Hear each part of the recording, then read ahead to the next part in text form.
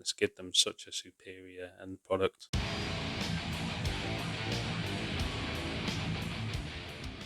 There's something in the water in Belgium, a nation that's consistently producing great post-metal acts year after year, the likes of Hippotractor, Brutus, and Armin-Ra, just to name a very select few.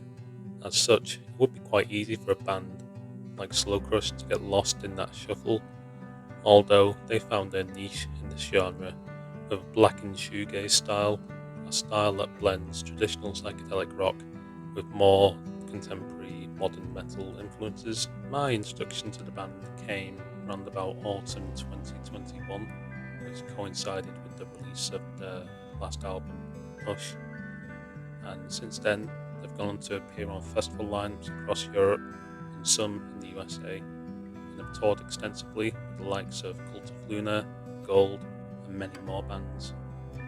Now they just released their latest album, First, and these are some of my immediate thoughts following listening to the album. What really stood out to me on this record is a step up in production values relative to their previous releases. Everything sounds so much sharper, so much more crisp, and a lot heavier, especially with those distorted guitar tones.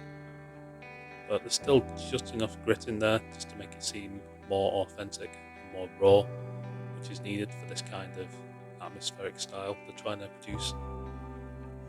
They've spent time in England with producer Lewis Johns, who's worked with the likes of Svalbard, Rollo Tomasi. I think that extra effort working with Lewis Johns has really shone in this record, and it's given them such a superior end product. Again, the guitars really stand out on this record. The tones are absolutely spot on. They're heavy enough just to make you want to headbang along, but not so heavy as to overpower the rest of the mix.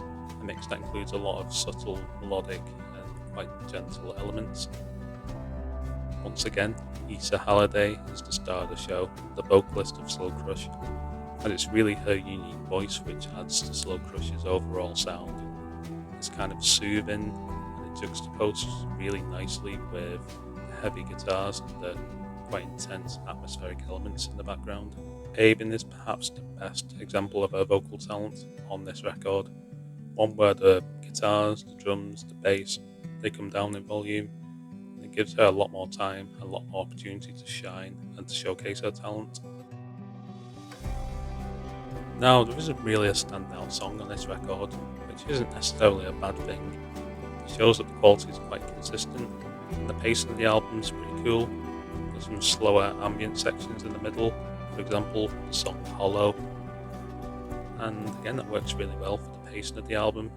Overall, First represents evolution for the band, good kind of evolution, as they're taking steps forward and they're committed to self-improvement. They're taking what's worked in previous records and they've just basically expanded on that.